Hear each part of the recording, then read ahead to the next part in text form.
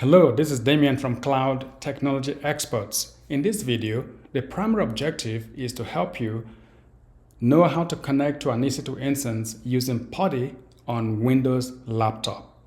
So, as you can see here, I am using Windows laptop, or actually, I have a virtual machine inside my Mac laptop running Windows.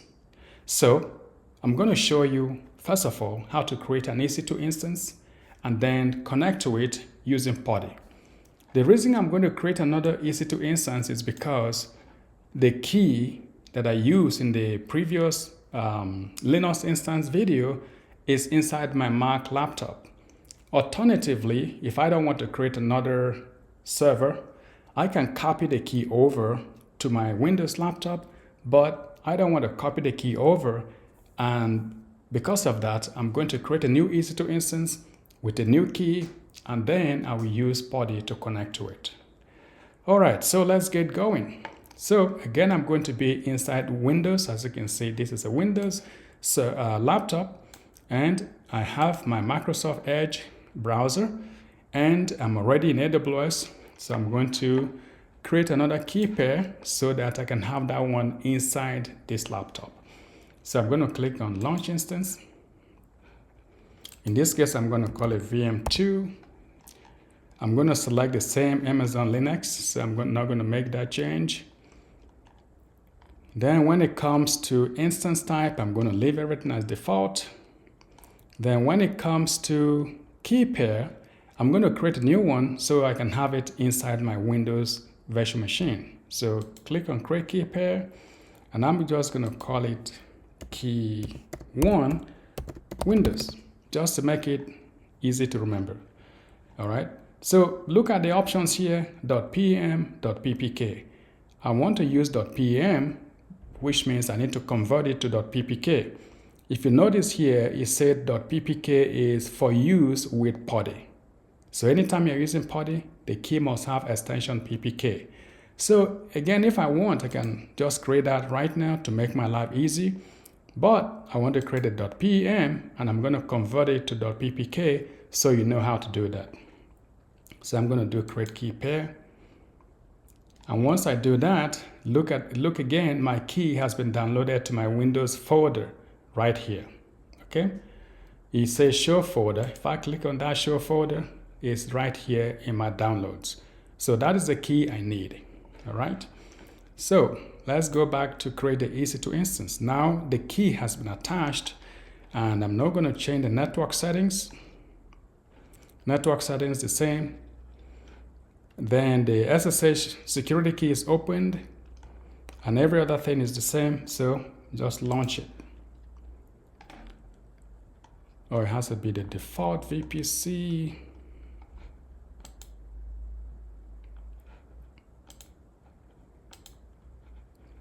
As a matter of fact, all this should be selected for me. So let me click launch, and it's launching. Okay, so I click on that, and now I need to wait for it to be ready. It said running, so it actually is running already. So I need to connect to it. Remember, I can connect from here, but that is not how I want to connect this time. I want to connect from an application called PuTTY. So make sure you have PuTTY installed. In my own case, I already have it installed. If you don't have it installed, just come here and search for PuTTY. PuTTY download. And this one here called download PuTTY latest version should take you there. Click on that. Then click on this first one here, PuTTY 64-bit, and download it. Once you download it, you need to double click it.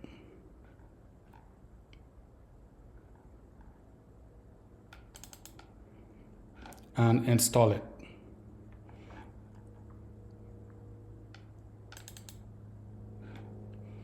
So double click it and follow through the steps to install it. In my own case, I already have it installed, so I can cancel this, but it's very straightforward. Just do next, and then say install, and wait for it to complete. So let me do that. Yes.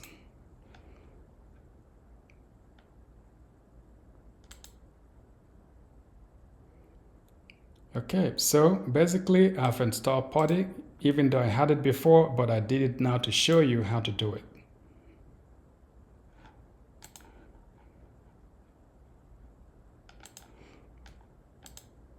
Okay, so PuTTY installed. Make sure you have it installed. After that, click on your Windows tab here and type PuTTY. Okay, so now I have my PuTTY here, and I need to put the IP address of the server, and I need to put a key as well. But remember, this key has to be .ppk, whereas my key is .pem. My key, as you see here, is .pem, but I need it to be .ppk because that is the extension that PuTTY uses. So I told you I can convert the key. I'm going to use something called PuTTYgen to convert the key.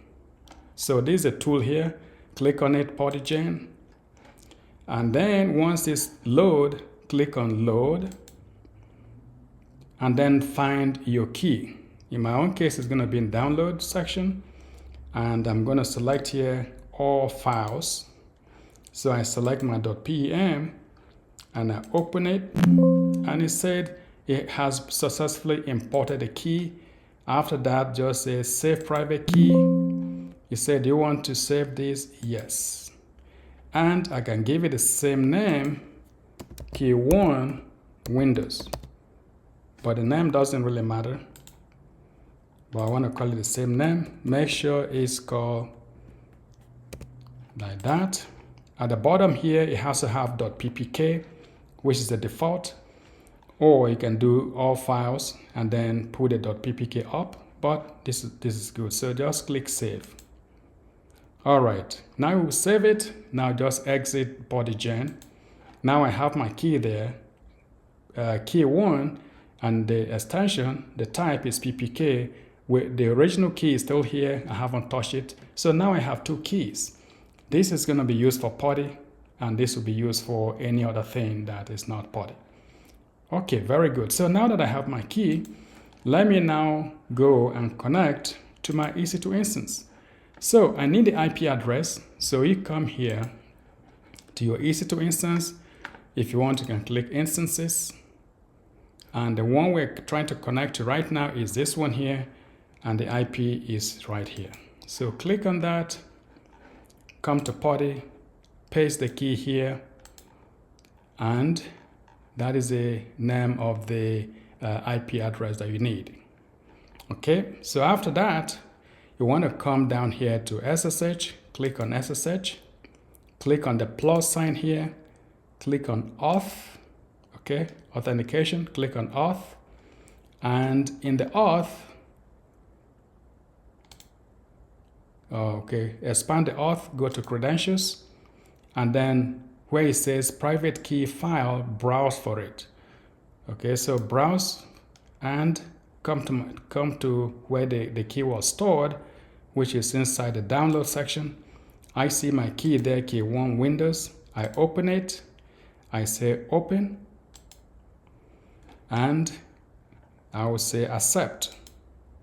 Okay, so now it's trying to connect. It's asking me for the username.